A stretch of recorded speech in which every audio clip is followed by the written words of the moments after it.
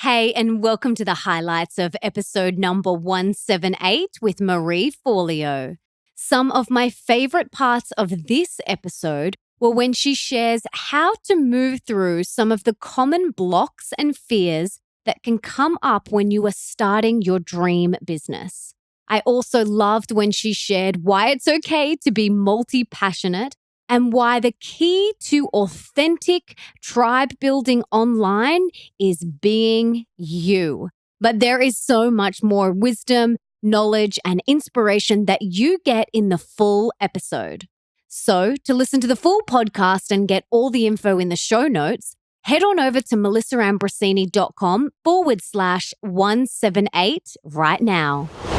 Thank you so much for jumping on. I'm so excited to be chatting with you and sharing how do we turn our passions into profits.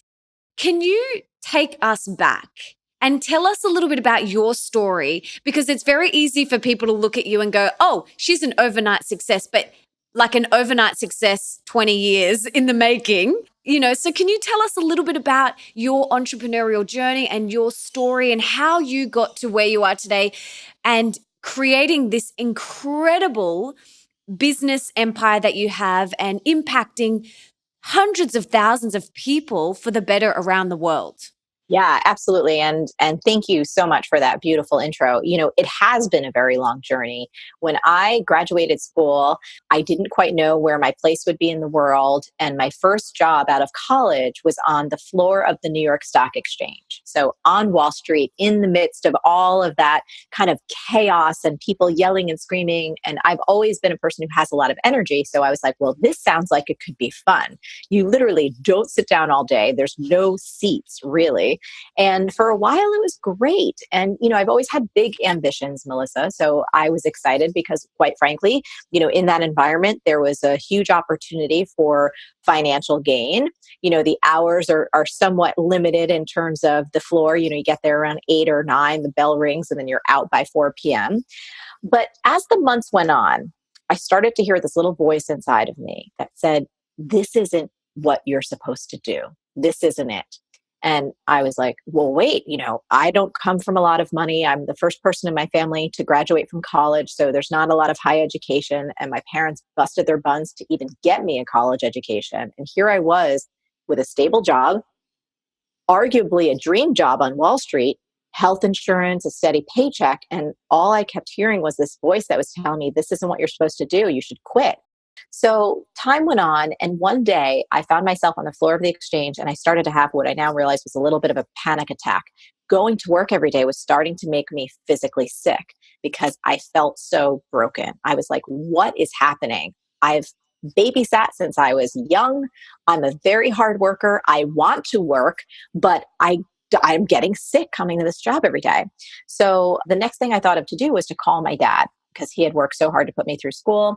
And I figured, because I felt really guilty about this idea of wanting to quit, even though I didn't have another job, and I thought he might have some advice. So I called my dad, and I'm like sobbing and doing the ugly cry. And in between, when I was taking a breath, my dad broke in and he said, Bree, you need to calm down. He's like, you're fine. He goes, look, you're going to be working for the next 40 to 50 years of your life. You have to find something you love. If you don't, nothing is going to work. It doesn't matter how much money you could possibly make. None of this is going to make sense. You'll never be happy. He said, so even though you don't know what you want to do right now, if you need to quit this job, quit and go figure it out. And that was really a turning point for me, Melissa, because something in my body shifted. Even though I didn't know intellectually how to find something I would love, I could feel there was truth in his statement. And so I went back in, and within like a week or two, I gave my notice, and I set out on an odyssey to figure out what I was supposed to do with the world, who I was supposed to be. One day I was on the internet at work, probably when I shouldn't have been, and I stumbled upon this article about a new profession at the time called coaching. When I read this article, Melissa, something in me lit up like a Christmas tree. It was as though the clouds parted and little angel cherubs came out, and they were shooting like sunbeams into my eyes. And it was like, ah, like that's how I felt. So that night I went home and I signed up for a 3-year coaching program. And I decided to start my own life coaching business at 23. very quickly I started bartending and waiting tables. And I did it for like 7 days a week. Like I worked constantly at night and on the weekends so that during the day I could build a business. And I was horrible at it at first, like most of us are. But that was my journey into starting a business. And 20 years later, I'm still going. Wow. Thank you so much for sharing all of that. So, for someone watching who may be at the beginning of their journey and thinks, okay, I have 15 things that I love and that I want to do, where can they start? What is your advice for them? Yeah. So there's many of us who are multi-passionate, right? We're just kind of still operating in a very archaic and quite frankly, masculine model of just single focusedness in terms of our careers. Like you can pick one thing and you must be good at that and stick with it for life. And then everything else, just ignore it. So, when it comes to being multi passionate, I like to talk to people about it in stages because it really does depend on your life stage. It really does depend on your goals and what you want to achieve. So, what does that look like? So, for me, once I started life coaching, and then I realized that even just life coaching in and of itself was too narrow for me, that there were other things I wanted to pursue, which included hip hop and dance and fitness and marketing and writing and speaking and technology and all of these different things, which again made me feel like I was so scattered and like there's something wrong with me cognitively. At that time in my life, I didn't have a ton of outside responsibilities, right? So I'm in my early 20s. I didn't have mortgages, family, children, pets, different things that kind of come along or can come along as we progress in life. So for me, when I decided to kind of step back and step away from trying to fit myself into a conventional box, which was single focused, and give myself permission to explore things, I did it consciously, Melissa. I understood that by taking 100% of my focus away from life coaching and honestly, bartending and waiting tables to keep the lights on, that I would likely slow down my progress. I would likely make less money. But that was a okay sacrifice because I wanted to explore dance. I wanted to explore all of these different things. So I was consciously making the choice to go slower and to earn less to gain the benefit of variety. Sometimes it's just about expressing the passion within your larger context, and that's all you need to do. For some people, they may be like, oh, I can monetize all of this. So there's not one way to do it. It's just about self awareness and giving yourself room to experiment to find that right mix for you. So, I'd love to hear what are some of the fears that you've had come up with your business, and what are some of the common ones that you hear? Because how many people have gone through B School now? Is it 40,000? Over 44,000 folks at this stage. So this is our 10th year doing the program. Over 44,000 grads from 139 different countries. So I've seen a lot. For me, so many of the fears and so much insecurity in terms of who do I think I am? My life isn't perfect. I'm in debt. Especially when I first started, it's like I couldn't even hold down a job because I didn't want to. I kept wanting to quit.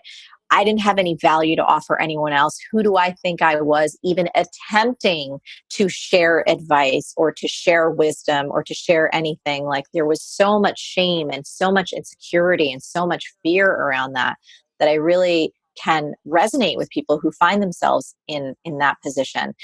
Up to 70% of us experience what's known as imposter syndrome, which feeds into what we're talking about, this idea that we're not good enough, that we don't have value to offer. And even when we start and take these little steps, that someone's going to find out that we really don't know what the hell we're doing and that we're a total fake and fraud.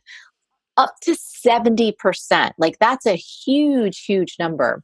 And so if we can see that and understand that, not just from folks like you, but some folks that many of us admire so greatly, that this is so common, then I think it allows us a little more space and grace to say, oh, this isn't personal. This is universal. Everyone has this. Therefore, I can move through it. So I hope that answers a bit of that question, and just to also give people a little bit of peace of heart to know that they're not alone if they're feeling that way. There's nothing wrong. They're not broken. They're not a fraud. It is a universal experience. One of your best marketing strategies is being yourself online. And it's not about being salesy and sleazy and slimy. It's just about being your true self. Yeah, because people can feel your heart, and people can they can feel and sense what's true. And I think one of the great advantages that we have, especially with so much media out these days, especially the fact that people are checking you out, whether it's on social media or your website or wherever they get to encounter your materials. I think now more than ever, people's intuition is attuned to realness, to something that's genuine and truthful. And when you're operating from your heart, that really does resonate. One of the things I like to share with folks is the more you care about what other people think, the more they own you. So when you're thinking about what will they say, what are they going to think about me if I present this version of myself or I say what's true from my heart, you're really giving away your power. You're giving away ownership, your agency to people that you don't even know. And quite frankly, that don't even give a shit. So many times in our own mind, these things, right? It's a wonderful tool, but it's a terrible master. We have all of these ideas about what others are thinking of us, and they're really not. Most people are so self consumed. So that kind of can help put things in perspective for people and really give them permission to express their unique gifts and to know that everyone's not going to like you. That's just nature. That's natural. There are billions of us out there, which means there's a very large crew of people who will want your products and services, who will want to learn from you, who will appreciate your quirks and all of your eccentricities and everything that you bring to the table. Yeah, absolutely. But I'm curious to know as well for yourself, how important has it been for you to, over your journey? I'm sure we spoke about before, the inner mean girl stuff that we've had, that you've probably had come up during your journey, and even around money and abundance and business. Like, how have you personally upgraded your beliefs and upgraded your belief systems so that you continue to grow with your business and evolve and keep calling in more abundance on all areas? So for me, when I was starting to get traction in the business and I really became acutely aware of how much scarcity I had in my body and in my mind, especially around money, that there were so many kind of conflicting beliefs because I would open my checkbook month after month and be afraid that because there wasn't enough to cover what I needed to cover. But there was a deeper part of me, Melissa, that believed on like a universal level that there was enough to go around. I'm like, I know this in my soul, but on a practical day-to-day level, it was not my reality, right? Not enough money in the accounts. It was like, what's happening here? And I realized that I wasn't living in accordance with my deepest truth. So what does that mean? That means that, let's say I'd walk down the street in New York City and there was someone asking for money. And my first impulse was to reach in my pocket and offer some. And then my mind would take over and go, wait, you don't have enough in your check account for yourself. You can't give it away. And so there was this conflict, right? This back and forth of me not behaving in a way that was in alignment with my deepest truth because I was listening to the voice in my head that was all about scarcity. Does that make sense? My big switch came when I decided and made a very clear line in the sand that from this moment forward, I was going to behave in accordance with my deepest truth, which was that there was more than enough to go around. And I enacted that during one of my first kind of group coaching programs. I made a promise and I declared it to the people I was working with and also just to myself and to the world. I said, if people sign up for this coaching program again, this is probably maybe 15 years ago, I'm going to give 10% of the profits away. Now that was terrifying to me at the time because again, when I looked in my checkbook, it legitimately was not there. It was not there. There was not enough for the rent. It was like scrambling to make everything work. So this was a big thing for me to say this. But I felt like the only way that I was ever going to upgrade those limiting beliefs was to actually change my behavior. So I made that declaration. I was scared shitless. I wound up promoting that program. And when everything was said and done, there was actually about $7,000. That was the portion of things that I was going to give away. Melissa, that was more money than I had ever even imagined having in my bank account, nonetheless, just giving it away. So I don't know if that answers your question, but that was a huge turning point. And then ever since, honestly, I just really do believe in my heart of hearts that there is enough to go around of money, of creativity, of love. And so whenever we're kind of embarking on new things, I just reroute in that place and make decisions from there. Beautiful. I'm so excited for B School. The doors are open now, which is very exciting, and they're open until March 1st. So everybody, you have from now until March 1st to enroll in B School and have your life and your business changed forever. Not only is your business going to improve, your life is going to change, you're going to be inheriting the most epic community of people. It's so life transformational on every single level. And I'm going to share a little bit more about that in a second. But is there anything else that you want to share, Marie, about B School or anything else that you want to say? Yeah, just that I want to encourage folks to trust their heart, right? There's two things really on that note. I believe that everyone, regardless if you want to be a business owner or you just want to thrive in your career, that everyone needs to start thinking and behaving like an entrepreneur if you want to thrive now and in the future. What that means is you start operating like an owner. You take responsibility for not only what's in front of you, but for other people as well. So that's stepping up and being a leader, understanding how to create outstanding customer experiences, no matter what type of business you're in. That's crucial.